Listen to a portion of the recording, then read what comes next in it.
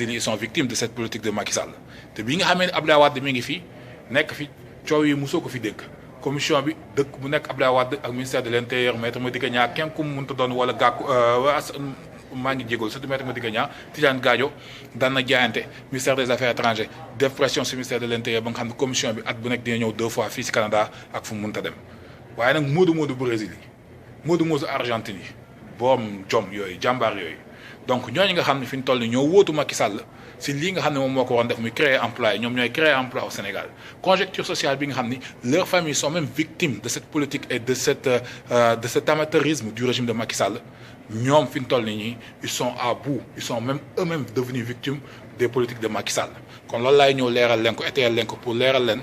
li nga xam ne moom mooy victime loolu ak lam le coût un passeport sénégalais combien ça coûte à un immigré sénégalais que ça soit un étudiant ou que ça soit un Modou qui se trouve au Brésil ou en Argentine et dama tënk ñetti dëkk yooyu mais y en a d'autres pays d'autres ressortissants sénégalais qui vivent dans d'autres contrées dans d'autres horizons qui sont victimes de cette politique de Macky Sall te lenn waralu ko lu privilège politique mettre en devant de la scène l'intérêt, le bien-être de ses partisans et non ceux des émigrés sénégalais. Loolu laa leen démontré étudiants Winnipeg yi étudiants Québec yi étudiants UQAM yi ak étudiants yi nekk si province anglophone yi ils sont confrontés à de très sérieux problèmes leur problème mooy lan ñu si bëri permis de travail la ñuy liggéey seen permis de travail c'est dañ koy calé sur durée validité passeport yi daaw bi nga xamee ni commission passeport bi mi ngi fi ñëw du ma wax daaw sa bi fi Abdoulaye Wade nekkee commission passeport bi daan fi ñëw li si ëpp si passeport yooyu ñooñu balaa ñuy ñëw 1 mois à l'avant ñi fi nekkaan daan liggéeyal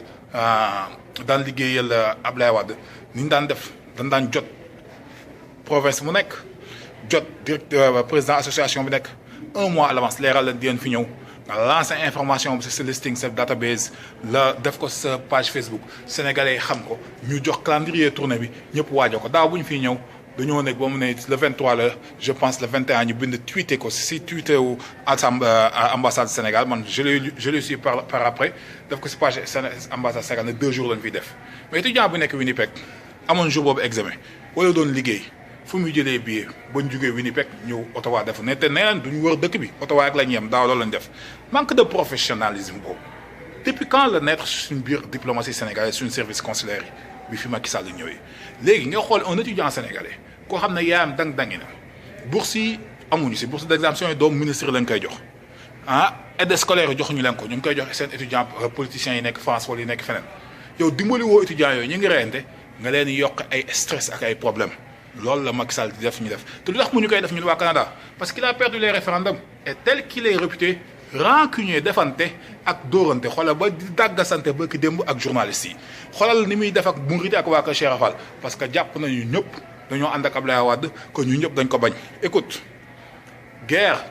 éliruñu la pour ngay xeex dañ la élire pour nga indir ay résultats léegi li la dese bay xeex ak say ressortissants yi nekk Canada ak yi nekk Brésil parce que Brésil ak Argentine nga Mouride yaa fa bëri te comme que Mouride bëgguñu la foofu tu t'en fiches mais sa dëkk tukkuleer yi nga xam ne Mantes-la Jolie la wala dëkk tukkuleer yi nga xam ne ñoo nekk Gabon wala Afrique du Sud tu fais tout pour les mettre dans de bonnes conditions mais fii comme que perdre nga référendum bi tu penses que le Canada je m'en fiche da ngay ñëw dig leen te bi nga leen di dig xamoon ne li ngay wax doo ko def donc je vais revenir sur ça pour démontrer aux Sénégalais qu'un passeport sénégalais ça coûte plus de $1 500 à un étudiant sénégalais lambda que ça soit Mouride que ça soit Tidiane que ça soit athée que ça soit Diola Sérère